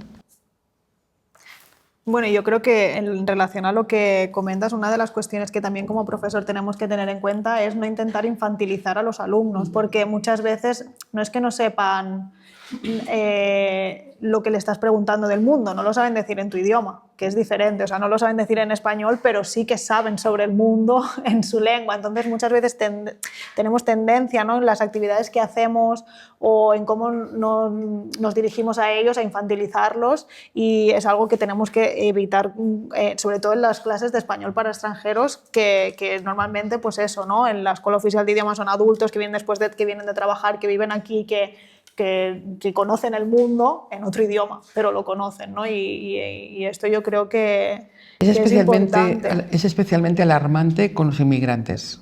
Claro. Con los inmigrantes sí que se... Porque además resulta frustrante porque también no hay para manuales, ellos. porque casi no hay manuales. Entonces es muy difícil, o es más difícil infantilizar adultos si estás usando ciertos manuales, porque ya están diseñados para que no pase eso. Pero con inmigrantes hay muy poco material y entonces acaban con mi mamá me mima, ¿no? Señoras maravillosas de 35, 40, 45 años, con hijos, con una experiencia impresionante y con la experiencia... Además, teniendo en cuenta que muchas veces los inmigrantes son los más fuertes y los más valientes de su comunidad, ¿no? Y de repente llegan aquí y mi mamá me mima, pues aquello que decía Mafalda, ¿no? Felicidades por tener una mamá tan maravillosa, pero ahora enséñeme algo realmente útil, ¿no? Bueno, pues, claro, exacto. Y además es una de las cuestiones que más les preocupa, porque muchas veces cuando yo he ido a las academias, yo tuve una estudiante que tenía 82 años y era de Canadá y venía a clase, hacía los deberes, a mí me daba mucha ternura porque hacía todos los deberes y entonces, bueno, pues intenta, pues en situaciones como esa, quizá estaba en clase con estudiantes de 16 años, de 18 y es muy complejo pues hacer este análisis de necesidades sobre todo, pero también es muy complejo cómo estar con todos este variedad de estudiantes en la clase. Y una de las reflexiones que me hizo esta persona que me ha quedado grabada es que ella me decía, es que a mí de las cosas que más me frustran es que yo en mi lengua soy graciosa, ¿no? Y decía, y también quiero serlo en español, pero no consigo con las limitaciones que tengo, ¿no? Y entonces esto es muy interesante porque a partir de aquí pues bueno, pues te das cuenta que son personas que conocen el mundo, lo que decía, ¿no? No sé si queréis decir algo en este sentido. Yo quería una variante y preguntarle a Lourdes, una cosita, por lo que decía Paula. Yo creo que también tenemos, o sea, cada comunidad tiene una percepción de qué significa aprender un idioma extranjero. O sea, es decir, que no solamente es como tú te ves en relación a esa lengua, sino cómo se ha construido, ¿no? El contexto social tuyo, bueno, pues cultural, en relación a las lenguas extranjeras. Porque lo pensaba como nosotros, porque decía Paula, ¿qué es un buen estudiante de una lengua extranjera? Bueno, yo creo que al menos mi generación, yo creo que esto también es histórico, se nos metió, no sé si de un cierto miedo hacia las lenguas extranjeras, como algo complejo. Veo que afortunadamente eso no ha pasado tanto en relación a las generaciones posteriores, ¿no? Entonces tú que te mueves también con tantas comunidades diferentes, gente que viene de lugares distintos, existe también esta no sé cómo decirlo, esta construcción social en torno al aprendizaje. Estoy completamente de acuerdo contigo, existe. Lo que pasa es que, claro, en clase te interesa como más la individual, la que exploras es la individual, pero existe. Por ejemplo, los nórdicos son felices aprendiendo lenguas extranjeras. ¿Por qué? Porque parten de la conciencia de que sus lenguas son minoritarias y entonces desde muy pequeños están en contacto con el inglés como mínimo y muchas veces con las lenguas de los países de alrededor y entonces les encanta y se lo pasan bien y no tienen ningún miedo y no tienen ninguna vergüenza, etc. Los japoneses, una vergüenza horrorosa. No, me voy a equivocar, lo voy a hacer mal, no me puedo equivocar, es horroroso. Y esto pasa muchísimo, ¿no? Los italianos, pues con el español, sorprendentemente, trabajan porque saben que tienen que trabajar, que son dos lenguas distintas y que tienen que trabajar. Los brasileños, mezclemos, no importa. No hace falta que esté bien hecho, no, ya, con que me entiendan ya tengo bastante. Luego salen esos portuñoles que no hay manera de arreglar, ¿no? O sea que sí, hay toda esa concepción. Pero claro, en clase, dentro de esa concepción cultural, de ese constructo, bueno, los españoles, miedo horroroso a equivocarnos, sobre todo las generaciones, ¿no? Es como que nuestra autoimagen está en juego, lo vamos a hacer mal, etc. Con el inglés, sobre todo. Con las lenguas románicas aún tiramos, pero claro, el problema es que dentro de esa concepción cultural que tienen ellos interiorizada, estás tú también. ¿Cómo te sientes tú dentro de ese constructo? Porque a lo mejor resulta que tú eres un sueco con vergüenza y te lo pasas mal, ¿no? O eres un brasileño que quieres rigor y que te interesa ese rigor. O sea que por eso lo personal es tan importante. Y lo que decías de buen estudiante es que no queremos buenos estudiantes. Nosotros trabajamos para los malos. Y creo que eso es muy importante que lo tengamos claro. O sea, si yo en clase no trabajo para un estudiante que va a aprender español sin mí, sin material y sin nada, porque tiene un talento impresionante, que lo hay para las lenguas. Yo trabajo para el que le cuesta, que es el que realmente necesita estar en clase. Por tanto, el buen estudiante lo que tiene que hacer es simplemente, cada uno de ellos es aprender a manejarse bien en todo aquello que se le ofrece y que le dé buenos resultados. No hay un estándar, ¿no? Pero sí que también es importante que no queremos, imaginar una clase de solo buenos estudiantes, sería horroroso. Bueno, hola, soy Carlos. Y bueno, mi pregunta iba un poco relacionada también con lo que ha dicho Paula ahora mismo. Me parece un poco curioso, si no indignante, lo del conocimiento lingüístico, las direcciones. Y bueno, yo como estudiante de la carrera de aquí de Lengua y Literatura Españolas, me parece que, bueno, entré como muy envalentonada, ¿no? Que quería ser profesora y demás, y he acabado como totalmente mi visión muy distinta, después de tanto conocimiento que me parece como incluso inabarcable en algunas maneras y que me parece que es muy indignante que una institución tal como es el Instituto Cervantes promueva esa como no necesidad de tener un conocimiento lingüístico dentro de como los profesionales, ¿no? Y además me parece que, bueno, no sé cómo lo ven ustedes, la cuestión de que se lleve como a una visión un poco monocéntrica, ¿no? De esa lengua, que se tome como la variedad norteña como la principal o dentro de ese documento que mencionabas. Y no sé si esto tiene que ver con algo de, pues no sé, cuestión de poder o de prestigio, qué intereses hay detrás de todo eso. No sé. Bueno, empiezo, sí. A ver, varias cosas, Carla. Si tú quieres ser profesora de español lengua extranjera, no desesperes, porque mira, nosotras nos hemos ganado la vida con esto y, hombre, pues no nos quejamos. Encontrarás trabajo, no te preocupes. Respecto a lo que dices de la indignación, vale, de acuerdo, es indignante lo del instituto, pero lo tenemos que cambiar. Lo tenemos que cambiar los que sabemos que se pueden hacer las cosas de otra manera y, desde luego, la mejor manera de cambiar esto es desde dentro. Es decir, siendo profesores de ELE y procurando trabajar de otra manera y procurando que las personas a las cuales nosotros procuramos formar lo vean de esta forma, ¿no? Supongo que estaréis también de acuerdo en esto, que se puede, de verdad. No te desanimes, que se puede. Vale, ahora, la cuestión de la variedad norteña. A ver, yo te lo digo siempre desde la fonética, que es lo que yo me conozco. El término variedad norteña lo acuñaba don Tomás Navarro Tomás y se acuñaba en el siglo XIX. Ahora esto, desde que estamos en la órbita del panhispanismo, esto ya no existe.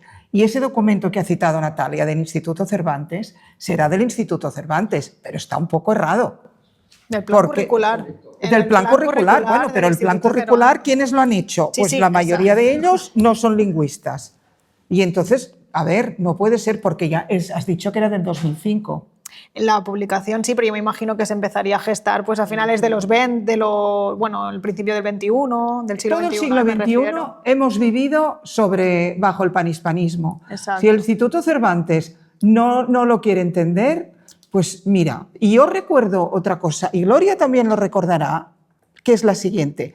La primera vez que se trató de hacer un vídeo sobre la lengua española se realizó durante la Expo del año 92, cuando se hizo en Sevilla, ¿vale? Entonces allí, claro, se trataba del español, aquello era la exposición universal, etc. Y el Instituto Cervantes editó un pequeño vídeo en el que se hablaba del español. Y lo sé porque, bueno, nosotras colaboramos, tuvimos la fortuna ya de colaborar entonces en eso, un trabajito muy pequeño entonces, pero en ese vídeo se empezaba diciendo, el español es un mosaico de variedades. Y entonces salía un mapa de América Latina y se empezaban a dibujar en colores diferentes los distintos países, pero se construía América. Así que el Instituto Cervantes, con todos mis respetos, pues ahí metió la pata, porque también el Instituto Cervantes en el año 92 sacó ese producto. Olvídate de eso, olvídate. Ahora es otra cosa, ahora estamos en todas las variedades, son iguales. Hombre, los mexicanos se creen más porque son 100 millones, pero eso no lo puedes evitar. Y Duolingo pues está en eso por una serie de razones, claro, pero ahora no va así y ya no enseñamos estas cosas, ¿verdad, Lourdes? ¿Verdad? Es que estaba pensando, y mucho antes no lo enseñábamos, porque en 1986 yo fui al Ministerio de Cultura a montar el Servicio de Difusión de la Lengua, que era como el germen de lo que luego sería el Instituto Cervantes, que salió muy diferente a como yo defendía que tenía que ser. Esto es esta historia, y allí la primera vez que nos fuimos a un stand para darnos a conocer, teníamos un mapa de toda América, de España, y también se montaba, y era como un puzzle, que ya no tener esa visión en 1986 ya era... Por eso, una vez más, creo que lo que decíamos antes, corregidme si no me estáis de acuerdo conmigo, es que hay que ser lingüista para saber estas cosas y darte cuenta de que decir esto en el año 2005 no tiene sentido. No. Cuando la lengua ya... Claro, hay que ser lingüista o hay que haber hecho un estudio, haber trabajado y reconvertirte, ¿no?, en lingüista. Carla, yo creo que el tema el que te preocupaba más, ¿cuál era? Que se me ha ido de la cabeza ahora. El primero que has dicho, el primero que has planteado. En cuanto a la enseñanza... Sí, de lo lingüístico, exacto, perdona, que ahora con las dos. Vale, lo de lo lingüístico es indignante, lo es, y yo creo que intenta justificar el hecho de que dentro de una institución como es el Cervantes haya tantísima gente no lingüista. Exactamente. Creo que trata de eso, simplemente.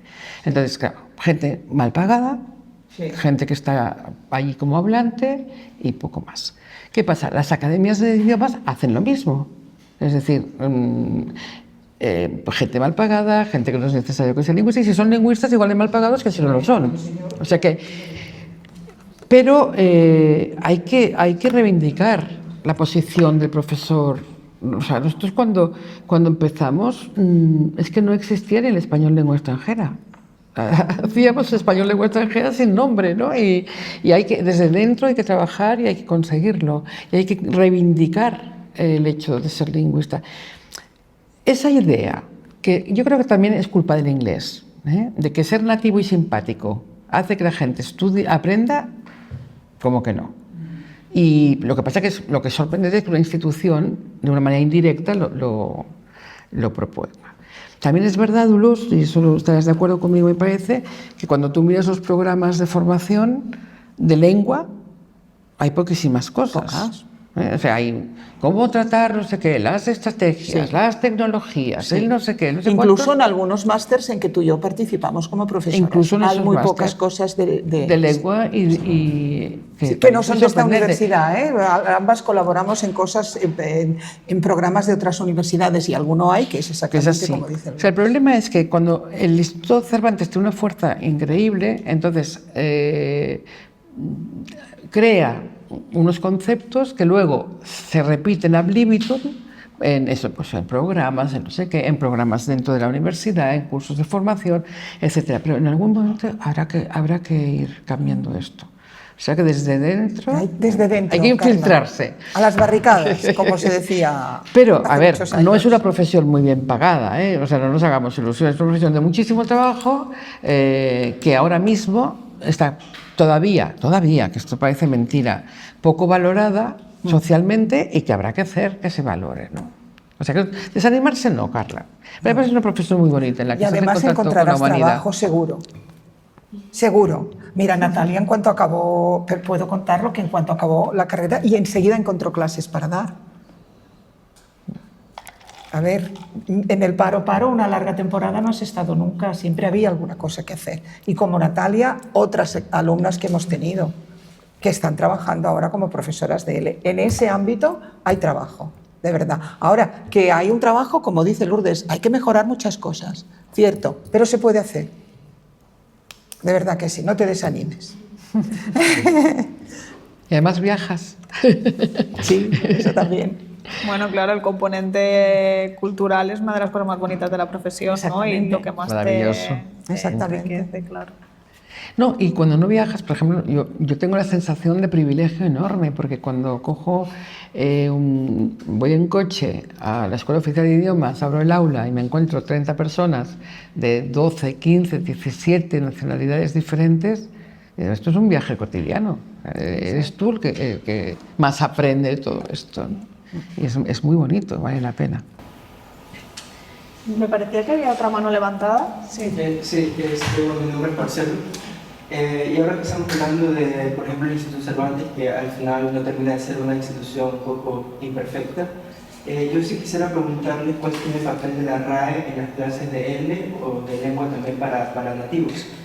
Porque bueno, ahora la lingüística está teniendo una orientación un poco más descriptiva que prescriptiva y se evitan esos términos de correcto e incorrecto, ¿no?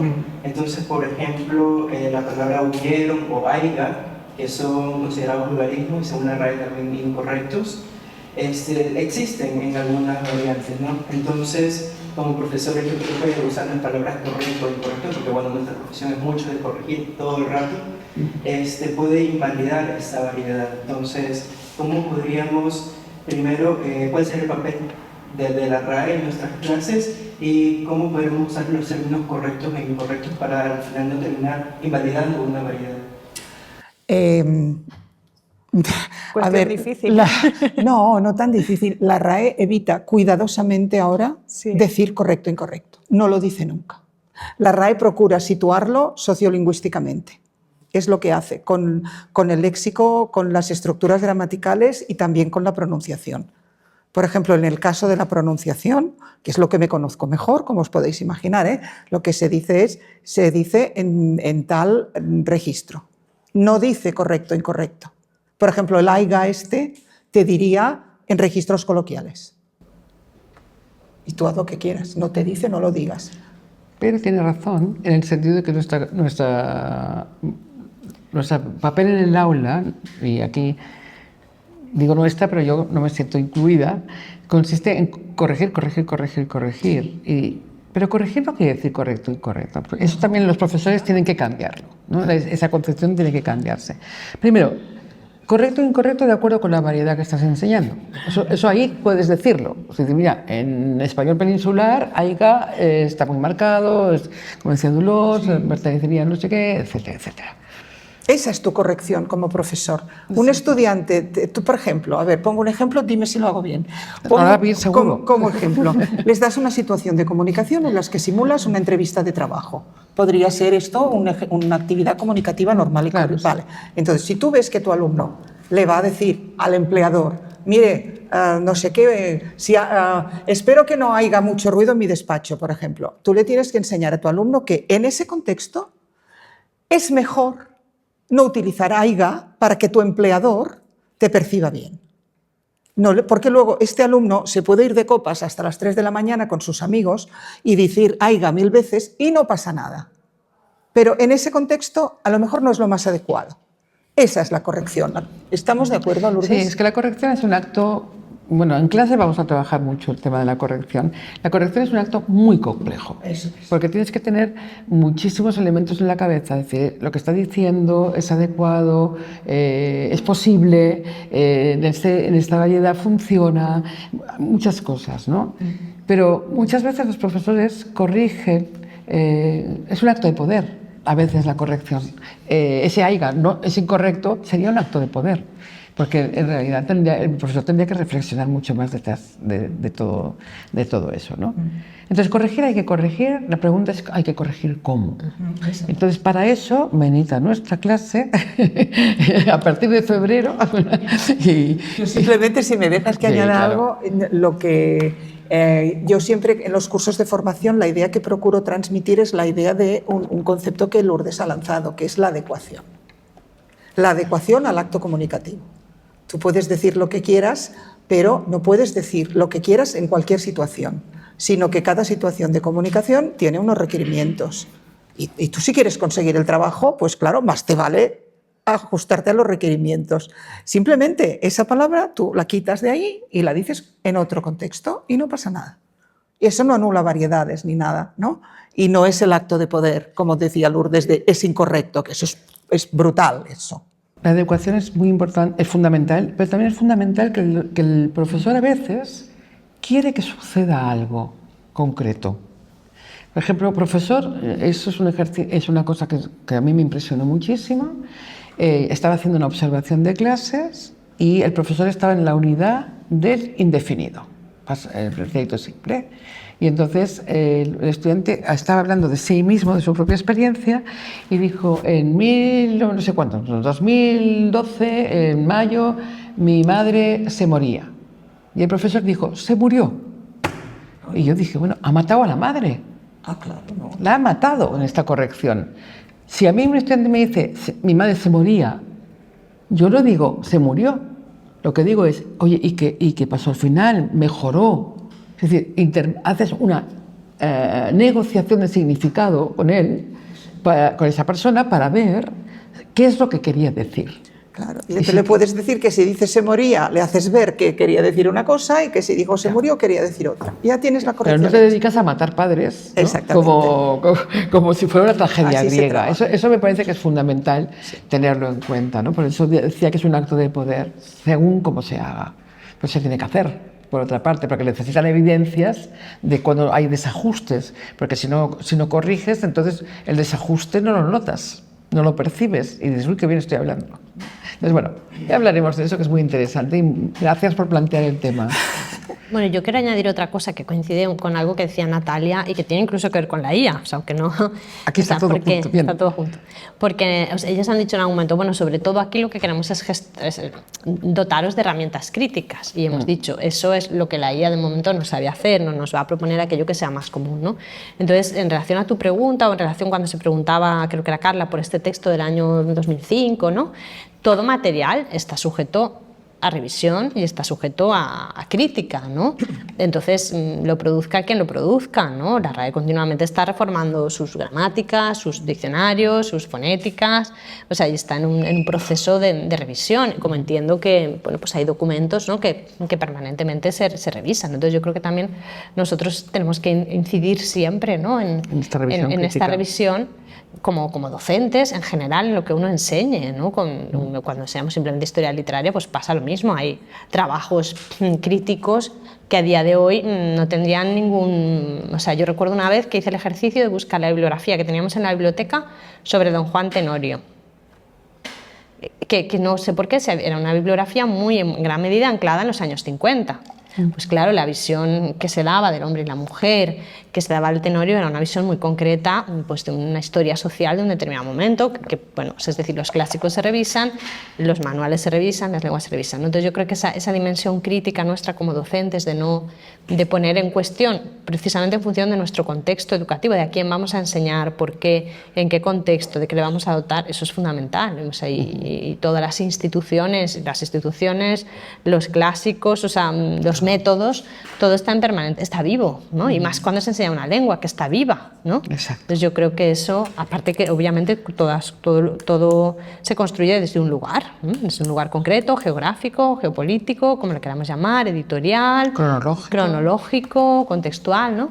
Entonces el saber en ese sentido es situado, eso es clarísimo, ¿no? Y yo creo que ese fomentar eso en vosotros, sobre todo si vais a ser profesores de L, es nuestro, como decía Natalia, creo que es lo que más lo que mejor os podemos aportar, lo que más os podemos dar, ¿no? No me quedo solo con el manual y lo aplico, no me quedo solo con la norma y lo aplico, no me solo quedo con este libro de texto, sino que soy capaz de cuestionar a lo que allí pasa en función del contexto al que yo me enfrento, ¿no? A mí algo que siempre me ha gustado mucho es fijarme en las fotos, en las maneras, o sea, cómo se plantea, ¿no? El modelo de mundo que digo yo que nos plantea un libro, un método, por ejemplo, ¿no? Que creo que puede también hacer dialogar mucho con los estudiantes que tienes delante sobre la imagen de mundo que tú estás dando y la imagen del mundo que ellos aportan o intercambian, ¿no? Pues ese tipo de cuestiones son cuestiones críticas y eso, que yo sepa, de momento la IA no lo hace, no lo sé. De momento no. Y terminamos con una pregunta que he visto que levantaban la mano por ahí, por el final. Sí. Tenemos, bueno. Bueno, yo me llamo Kirill y me dedico a enseñanza de L a los rusos. Y pues yo me gustaría hacer una pregunta que pues me resulta bastante multifacética, y es, ¿no? Me gustaría saber si existe una opinión fija en lo referente a la pregunta si el profesor en clase debe hablar solo español o pues puede haber esta lengua intermediadora, digamos. Traducir, que pueda traducir. Pues y poner explicaciones en idioma materna, lengua materna de los estudiantes. Todo el tiempo no, obviamente, pero se trata de que el profesor es un facilitador, un mediador, un facilitador, y tiene que hacer todo lo posible para que la lengua llegue de la mejor manera posible al estudiante. Entonces, muchas veces el camino más corto, y sobre todo si hablamos de léxico, es una traducción. Que además, si tú no la haces, la hace el estudiante cuando le entiende lo que está diciendo, la hace en su cabeza, ¿no? Me acuerdo que cuando una anécdota personal, pero para que veáis por qué tiene que ver con el tema de traducción, llegué al departamento por primera vez y me dijeron, sobre todo, no traduzcas.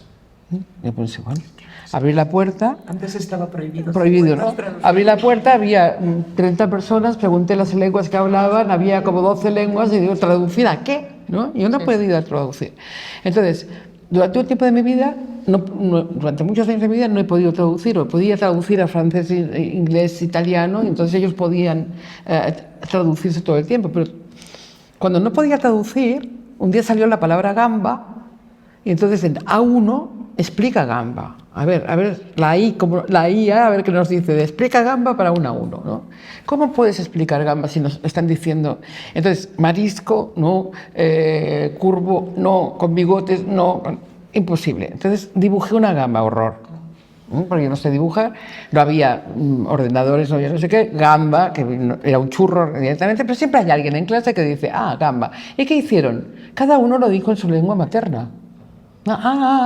Entonces, ¿por qué? Porque es un camino corto. Entonces, cuando se necesita.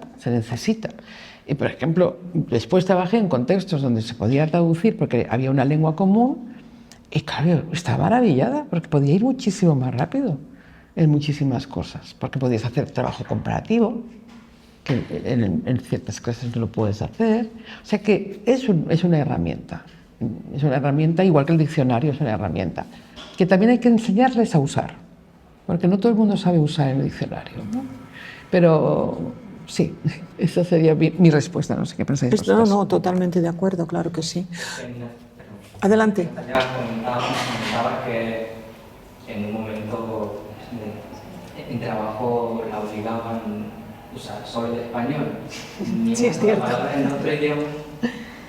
Entonces, si me obligan a hablar sobre el español, mis estudiantes de A1 entienden. No, claro. Exacto. Claro, yo es que lo que quería añadir, yo quería matizar una cosa, si Lourdes está de acuerdo, que me parece que estará, que a medida que el alumno va subiendo de nivel, ya no vas a necesitar la traducción. En A1 sí, ¿verdad? No, porque claro, acaban de llegar, es que es horroroso, pero cuando tú los coges ya en B2 o C1, es muy raro. Yo creo que en ese momento se plantea a lo mejor una palabra concreta, gamba o yo qué sé, o langosta, o algo, en fin, una cosa así.